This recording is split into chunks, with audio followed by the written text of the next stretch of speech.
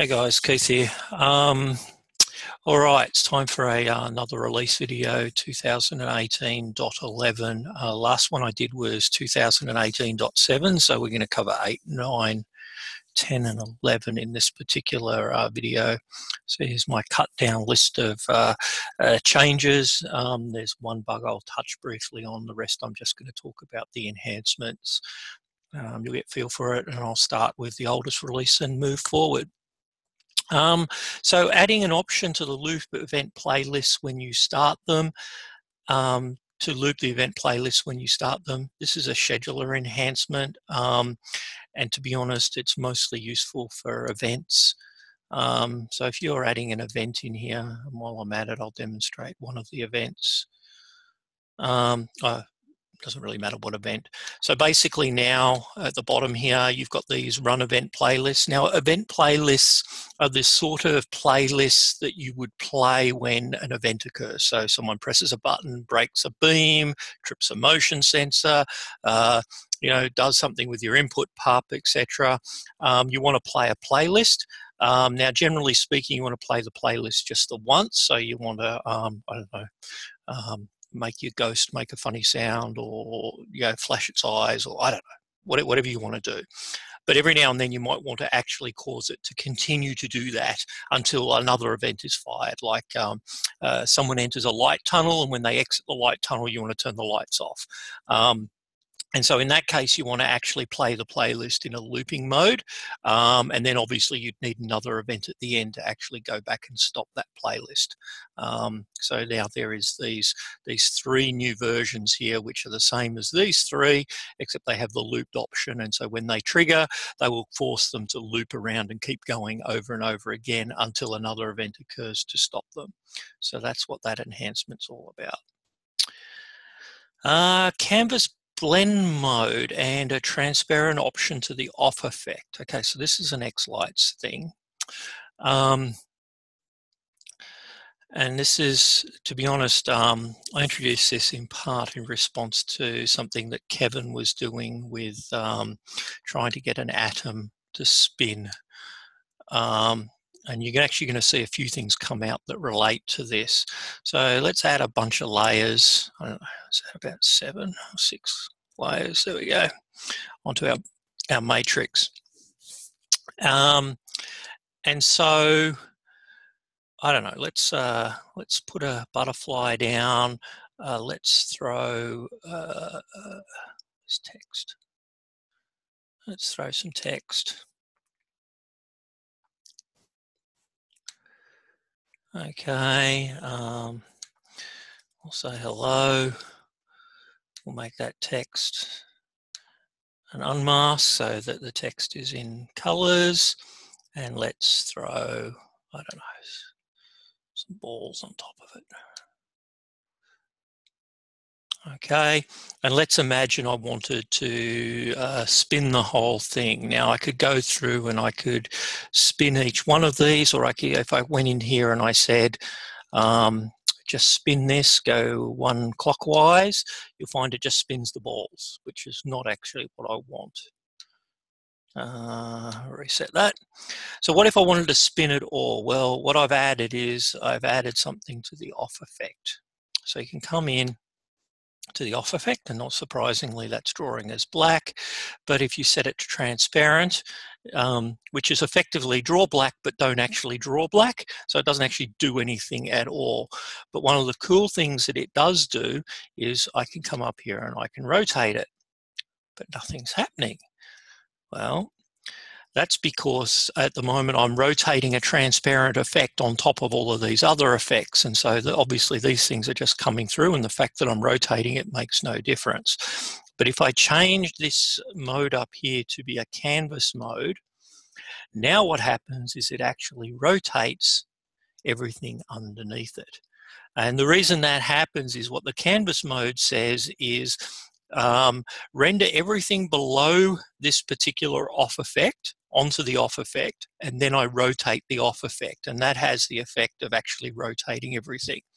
Now this is a pretty advanced mode, and I'm sure most people will never ever touch it, but it does open up some possibilities for some really interesting things. And there's actually a new effect that we're working on behind the scenes that's going to take advantage of this new canvas blend style. Not so much the off effect, but a new effect, which will let us actually make some changes to effects after they've been rendered. So that's the new canvas style and the off effect, and why the transparent option is actually there, because it allows you to bring everything up, render it onto this thing, and then you can start to play with it, and then you could still do things over the top of that. So I could come up to here and put a fire effect. Now it's currently rotating, which we obviously don't want it to. So there's the fire effect, but I could make that an unmask. And so it's probably not really what I wanted.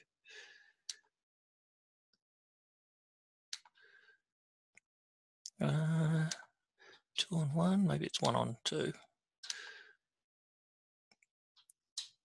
Yeah, I really like that. One is an unmask.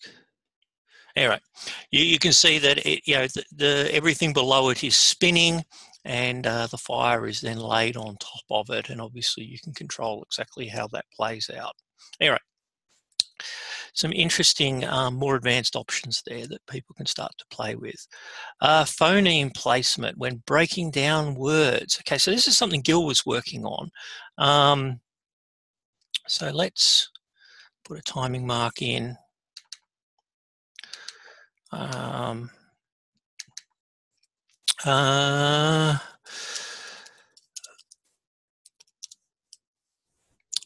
And let's break it down. And you'll see when we break down the words, it takes a little while. It has to load the dictionary up, which takes a second or two.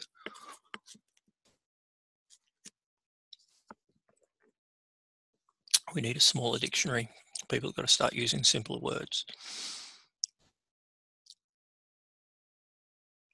There it goes. And you can see that it's broken the phrase down and it's equally spaced the words, and that's normal.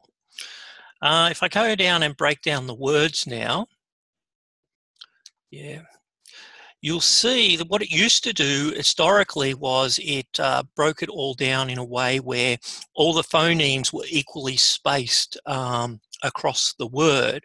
But now what you're seeing is that's no longer the case. The vowel here is being stretched, and the two consonants, which you can't really easily see, are being compressed at each end. And in reality, most words play out this way. The consonants are often quite short and the vowels are typically stretched. And so Gil's basically broken down in a way which is more likely to be close to right. Now, you still need to go and do your fine tuning and get it all right, but hopefully this reduces the amount of dragging around the beginnings and ends of phonemes when you're breaking down your phrases. That's the idea at any rate. HDP, and I can't really show this, but for a while now, Macs have obviously largely had 4K screens, and if you take xLights and put it onto a 4K screen, everything becomes really small unless you specifically got support for it, and we've had support for that on the Mac for a while. Dan's basically made some changes in version 8, which attempts to make 4K displays work sensibly on Windows as well. So there's some initial support in there. This is part of a side effect, I think, of the WX widgets upgrade. This one definitely is, which is the Linux move to GTK3. Historically, we did support GTK3. We ran into a whole bunch of issues with it not working correctly. And so Chris moved us back from GTK3 back to GTK2. And now with the upgrade to 3.1.1, he's moved us forward to GTK3 again. So if our handful of Linux users out there are having some issues, I suggest you reach out to Chris and talk to him about it. Optimizing matrix face rendering. Again, this one's a little bit hard to show, but one of the side effects of the work that was done,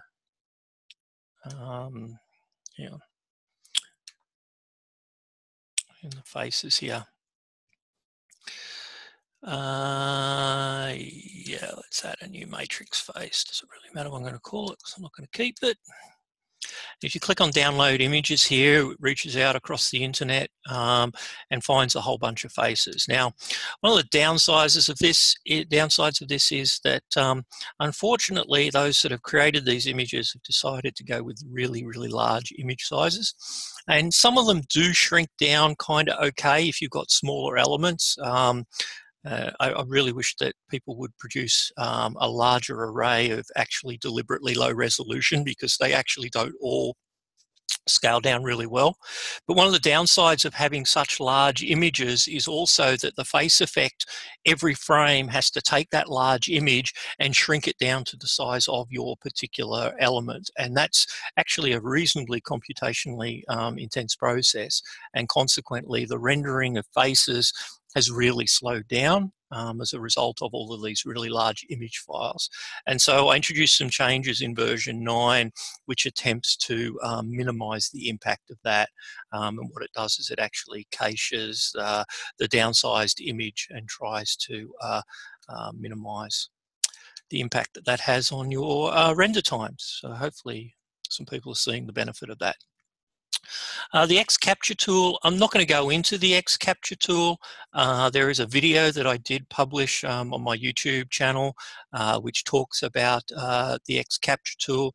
It's basically a tool for capturing ArtNet and E131 packets from off the network, and then allows you to save that captured data into an FSCQ file for later playback on a Raspberry Pi or in xSchedule. The main purpose for it, and the reason that you haven't seen a great deal about it in the xLights forum, is, to be honest, it's not really designed for most of our xLights users. If you guys want to build an FSCQ file, you would create it in xLights. But there are some users out there of other software like Madrix or Jinx or Gladiator or something like that would really like to be able to play their stuff back without having to deploy that software, particularly something like a Madrix, where you've got USB keys and all sorts of things to protect the licensing. And in this case, you just want to do a playback. And so this makes it possible to capture that data and then take advantage of the Falcon / xLights ecosystem to play it. So that's what that one's all about. The search box to effect settings. This is something that Scott's added. In your sequencer here, if you bring up your effect presets, to be honest, I don't have a great deal of them, he's added this search box here. So it's basically, if you've got lots of presets, particularly organized under multiple layers, and you want to quickly find a preset, he's added this search box here to help you find it. Not something I can really demonstrate unless I go back and upload or import a whole bunch of presets, which I do have somewhere, but yeah, you get the idea. It's a search capability in with there. That's interesting. Added that twice. Added the ability to capture, to render a waveform range. Yeah, so this was interesting. So basically, there are times when you don't want to do a render all, you just want to render a particular range. So you can come up here and highlight this and click on render the selected region, and xLights will just render that time interval. Now, strictly speaking, it won't just render that time interval. It will expand a little bit to make sure that it picks up any effects that might lie within it. But it's a quick way to render a subset of your sequence rather than rendering the whole time from go to woe. So that's there as well. Okay, up to .10, controller uploads. Okay, so there's a few changes in here. For a while now, of course, you could right click here and do an upload to controller, and you've been able to do the FPP bridge mode, the Falcon. This is the input side of the Falcon and the SAN devices, but there's been some additional enhancements here. So a couple of things. I've updated the J1 sys one so that it now handles the P12Ss. It may also handle some of the other P12s, but the one I had was a P12S, and so the J1 sys has been updated. There's been a couple of tweaks to the P2 as well, so hopefully you'll get better results out of that. We've also added the ES Pixel Stick. This is version 3 of the Pixel Stick firmware. To be honest, it's not that hard to configure a Pixel Stick, but you know, if you've got a couple of universes here that you send into a Pixel Stick, you can do the upload here, and then there's the Pi caps and capes, and so here. Dan's gone through and basically defined a whole bunch of different uploads to the FPP. So this is where you've got your FPP running in a controller mode. I happen to run some of these RGB capes.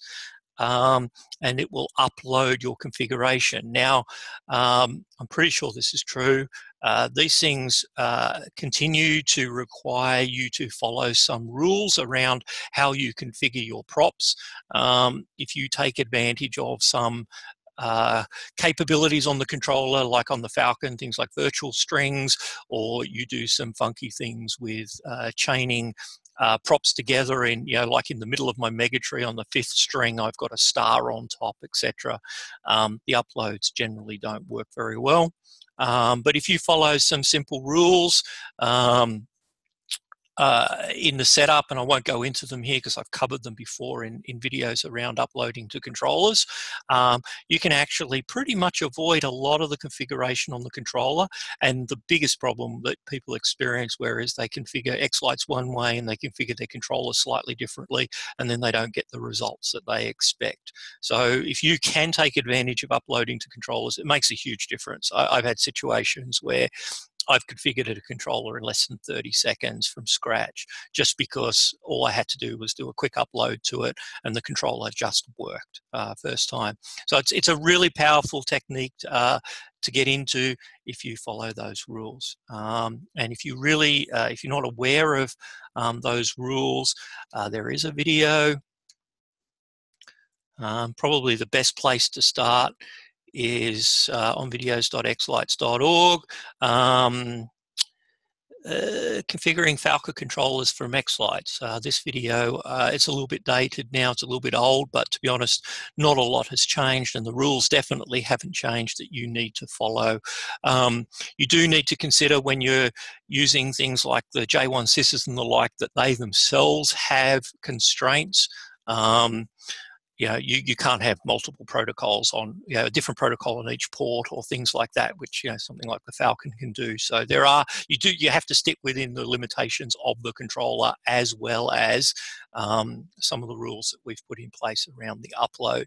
So for instance, you know, you might have to, you know, start each port on a different universe, which the Falcon doesn't care about, but your particular controller may need to. So you do still need to be somewhat aware of what the controller's rules are. All right. A playlist item that sets a range of pixels to a particular color.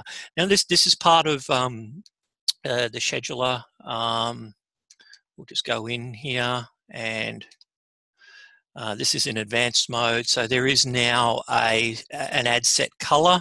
Now you could do this previously. You could actually use the test mode, and the test mode would let you do this, but this is a little bit more explicit, where you come in, you say how long you want to do it for, which particular color you want to set the pixels to. The start, you can limit this. You can either do everything, or you can limit the, you know, you can say, actually, I want you to do universe. And now I don't know which universes I've got. Does that exist? No, obviously it doesn't. So yeah, you can define your universe, sorry, your start channel number, and then the number of nodes or the number of pixels that you want to set that color. And it's in overwrite mode, which means that in this case, it will obviously blank out those, or I could set it to a particular color.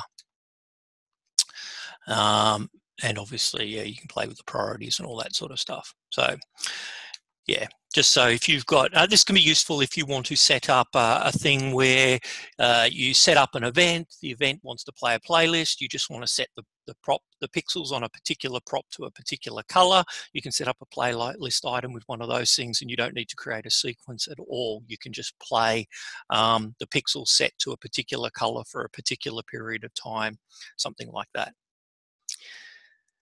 Add the ability to schedule a playlist every N days. Okay, so when you schedule a playlist, there's now these parameters here, which is every nth day. So by default, it's set to every day, which is every first day. But I can come in here and say, actually, I want to schedule that every third day. And then you have an offset. The reason you have an offset is obviously if I'm going to schedule this for every third day, I probably want something else on the other 2 days. And so this is obviously every third day, and it says here that this is going to occur on the 15th of April. If I set this offset to 1, this is now going to be the 16th of April, and then it will obviously replay again on the 19th and the 22nd and so forth. And if I put a 2 here, it'll play on the 17th of April and so forth. So if you wanted to set up 3 playlists, each playing every third night, but on different nights, you'd obviously set the first one up with 3.0, the second up with 3.1, and the third one up with 3.2. And that would enable you to schedule those playlists to play, one every 3 days. So hopefully that reduces the amount of scheduling you need to do if that's how you like to run your show. Adding the ability to delete timeline tags. So timeline tags were introduced late last year. Basically, you can come up here to the number area of the timeline, not down here where the actual waveform would normally be, but up here. And you can right click and you can set a tag, a 4, or you can come over here and put a 7. Or over here. Now notice it now shows you which ones you've used. Not such a big deal when you're zoomed out like this, but when you're zoomed in and you can't see and you can't remember which tags you've used, it's kind of useful. And the reason you do this is because if I press Control 7 now, it will jump and it will make 7 at the start of the sequence. Now, again, not such a big deal when you're there, but when you're zoomed in and you want to jump somewhere, it's kind of useful. Control 9, Control 7, Control 4, and so forth. And I can jump around, and it's quite a powerful thing to be able to do. But previously, once you created these, you could move them. I could come over here and say, actually, yeah, I want that to be 4 there, or I want to move 4 over here. But you couldn't actually get rid of 4. But now you can, because you can come down to delete, and you can either delete them all, or you can say, actually, it's number 4 I want to delete, and it will remove the tag. Don't forget, if you hold down Control Shift and press the numbers 1 through 9, it moves to either 10%, 20%, 30%, 40%, 50% of the way through the sequence as well, just for those that didn't realize that. Add an xSchedule event that fires when a controller becomes unreachable. So one of the things that we added very late last year was this controller monitor down here. And basically what it's doing is, at least on Windows, it's actually pinging these controllers about once a minute to see if these controllers are on the network. If you're running on Linux or OS X, unfortunately that's not possible because the permission structures around pinging. And so consequently these things actually try to do a load of the web pages, which is all well and good if your controllers support web pages, which some of these would. But things like my Arduinos up here, they definitely don't have a web interface, and so they would never actually return something successful. So this works a little bit better on Windows than it does on other platforms. But it's all well and good to have this on a screen somewhere showing that, hey, all of these controllers are good, or by the way, that one there doesn't seem like it responded last time I tried to access it. But what if you want to do something like send yourself a text message or an email, or maybe you want to have another controller like a Pixel stick sitting in your lounge room, and it lights up red when one of the controllers go offline, so that you know that, hey, something happened on my show and I should rush out and have a look at it. So I've added an event which basically will respond to one of these things going offline. And the way you would do that is you would come into events. You would add an event. Always takes a little while because it's scanning devices. You'd come down to ping. You can choose to monitor a particular controller, or in this case, you can monitor all controllers. You can set the number of failures. Now, I set it pings about once a minute. So at the moment, as soon as there's a failure, it will fire. But what I can say is, look, sometimes the pings are a little bit, unstable, and they don't always respond on time. So maybe I want to see 2 consecutive failures before I consider it to be failed. And so you can do that by setting a 2 there. And then you can decide to fire once only, which means the first time that it detects a failure, the event will occur, or you can uncheck this, in which case every minute when it fails, it will refire the event. And so depending on what you're doing, you may want one or the other. And then I can come over here and I can come down to an event playlist, and I can just run it. Run an event playlist step. Let's call this controller failed. And I can say failed and failed, which doesn't exist yet, but that's okay. I'm going to click OK, I'm going to click close, click save. So now I need to add a playlist. And so I'm actually going to add an advanced playlist. I'm going to add a set color. I'm going to set it to a nice bright red color. And let's imagine that start channel, I don't know, 60,000 for, I don't know, I've got 20 nodes attached to it, overwrite.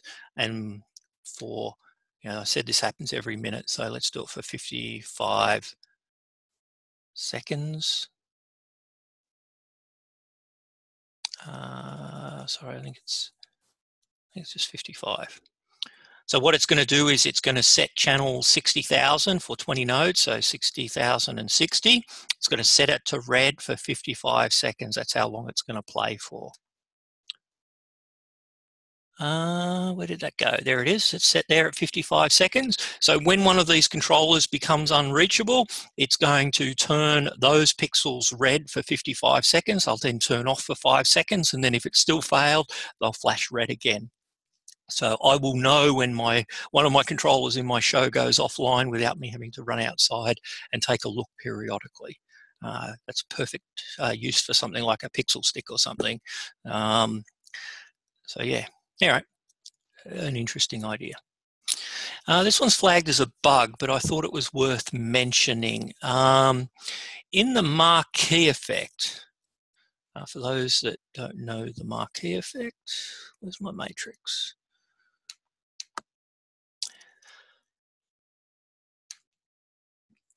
Okay, so there's the Marquis Effect.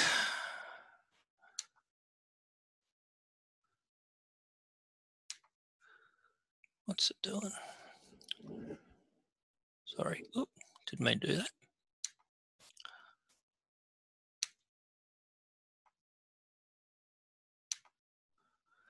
What have I done?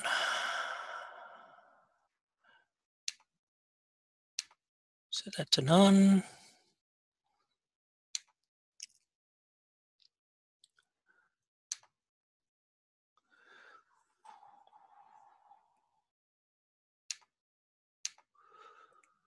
Oh, looks good. What have I done wrong? Oh, I can see why. Look at this. I'm outside my show. Should pay more attention. Okay, that's better. Okay. So if you set skips down here, so let's throw a butterfly underneath, and then let's go back to our matrix and let's set our skip size.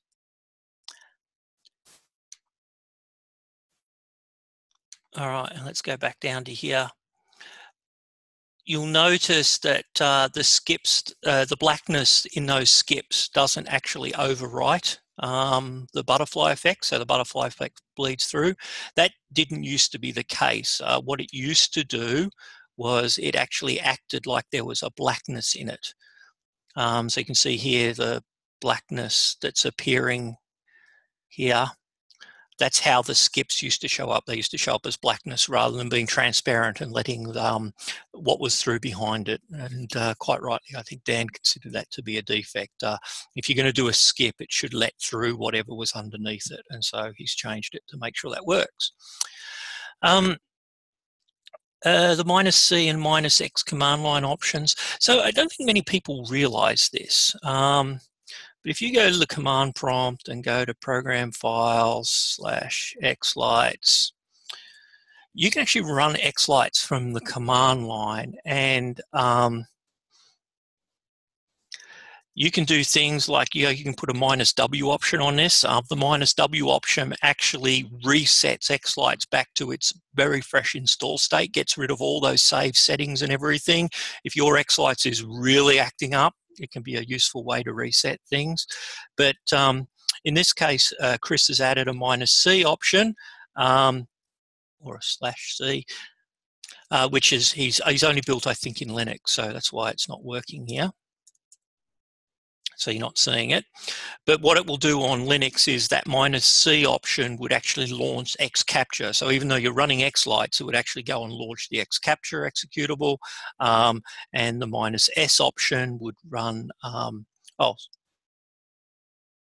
-C and -X. So X runs xschedule and -C obviously runs the capture program. But he hasn't set them up for Windows. I guess there's not really any need to on Windows. On Windows, we quite generously at least run xschedule here. We don't really offer a way to quickly run xCapture, but it is inside your program files directory. Okay. And .11. So .11, I hope will come out today, at least on Windows. So adding the ability to select the layers included in Canvas blend mode. So what the hell does that mean? Okay, so we were playing here. I'll get rid of that. So we're playing here with this thing. Well, what happens if, I don't know, I wanted to omit the text here? And this would allow me to actually build some very complicated combining of layers and enable some quite advanced effects, which, look, to be honest, I really don't expect any standard user to use, because it just, it slows things down. This canvas mode is actually quite a slow render mode. But it's also, it's hard enough to get your mind around how layers work without adding in the canvas mode and everything. But it's here. So with the canvas mode, you now have this layers button. And in this case here, I can say, actually, on layer 4 is the text. Let me drop the text out. I click OK, and notice how the text has now gone away. And so the butterfly's still there, the circles are still there, but it's like the text is not there at all. And it's still spinning it round. So that's what that does. Now, a couple of things to be wary of. If I was to insert a layer above, that would be fine. It would not make any difference. If I was to insert a layer below, it would make no difference. But if I was to insert a layer in the middle, the configuration of the layers on this particular effect are actually going to get out of sequence, because they're actually stored relative to the layer that the effect is on. So if you insert an additional layer, then obviously the relative layer changes, and the effect up here doesn't know that, and consequently it gets out of sync. So you just need to be careful if this is where you want to go. If more than 1% of our users take advantage of this, I will be surprised.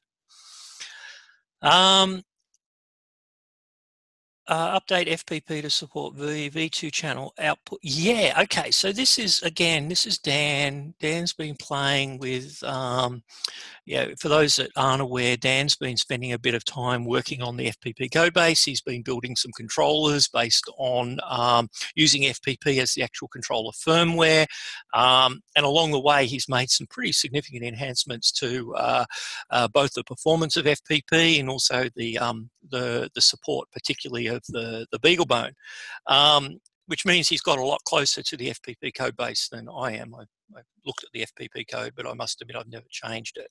And along the way, obviously, he's got close to version 2, and the way in which the FPP upload works was actually quite specific to version 1.7 through 10 or 5 through 10 or whatever it was of FPP. And so Dan's made this thing actually version aware, and it now knows when it's talking to a version 2 FPP board, and takes advantage of some of the newer features in the API set that platform supports, which hopefully will make this increasingly functional and stable over time. So you won't notice it. There's no new options or anything here. But you will find that it does take advantage of and support those boards much better than the old version used to. And we've already talked about the additional capes and hats, etc., when we were talking about the setup upload here with all of those additional capes and hats, so many of them. It's interesting. When I first wrote some of these upload features, I did look at the FPP because, like I said, I do use these RGB capes, and I shied away from the work here just because there just felt like there were so many options and potential configurations. So really impressed that Dan managed to get this all working. So that brings us up to 2018.11. You know, a bunch of changes, probably not as many as we've done historically. There's a few things that we're working on in the background. I know Gil's working on something which is a little speculative, but if he can pull it off, is going to be pretty amazing. And I've been doing some work on another feature,